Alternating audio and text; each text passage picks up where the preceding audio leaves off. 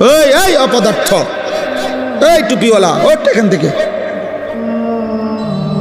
ওঠো বেটা এখান থেকে,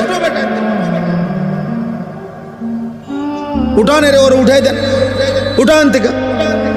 এই বেটা উঠো, ওঠো, তুমি উঠো, ওঠো, ওঠো, দাঁড়াও, ওঠো, যাও এখান থেকে, বাইরো। আবারও বাইরো না কেন? বাইরো বেটা, এখন কেমন লাগে দেখ বেটা। পাঞ্জাবিওয়ালা ফালতু কোথাকার, যাও বেটা যাও, তোমার ওয়াজ শুনতে হবে না। জি বাপ, এটা ফিকির করেন, একটা জাতির চোখের সামনে বুঝি ধ্বংস হয়ে যাবে,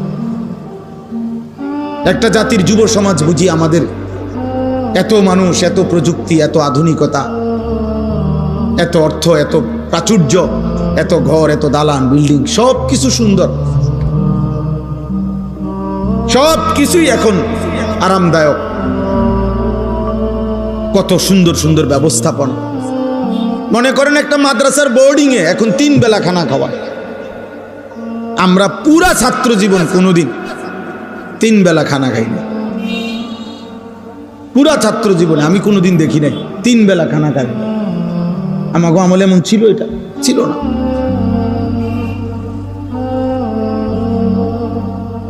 একটু তরকারির জন্য তো আমার স্পষ্ট মনে আছে, আমি চোখের পানি ফেলে কাঁদছি, ভাতের প্লেটে আমার চোখের পানি পড়ছে, একটু ভালো তরকারির আশা। তাহলে এখন কত সুন্দর ব্যবস্থাপনা, 3 বেলা গরম ভাত খাওয়ায়,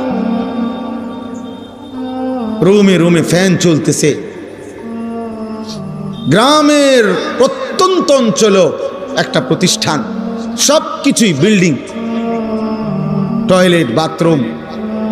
আমি কাঁদতাম ছাত্র জীবনে, আমার মনে আছে আমি প্রথম যে বাড়িতে লজিং ছিলাম, এরা ঘর এখানে, এখান থেকে জামাল ভাই কম পক্ষে ও এই পুরা প্যান্ডেল পার হইয়া আরো 2টা প্যান্ডেল সমান হইব দূরে, সুপারি গাছের ভিতরে হ্যাগো টয়লেট আগের দিনে।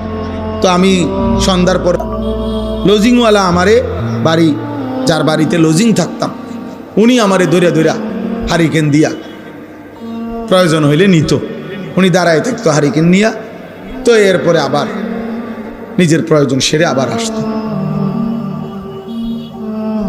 কত এটা আজ থেকে আমার বয়স কত মনে হয় 400 বছর, 300 বছর আগের ঘটনা, এটা নূহ নবীর ঘটনা।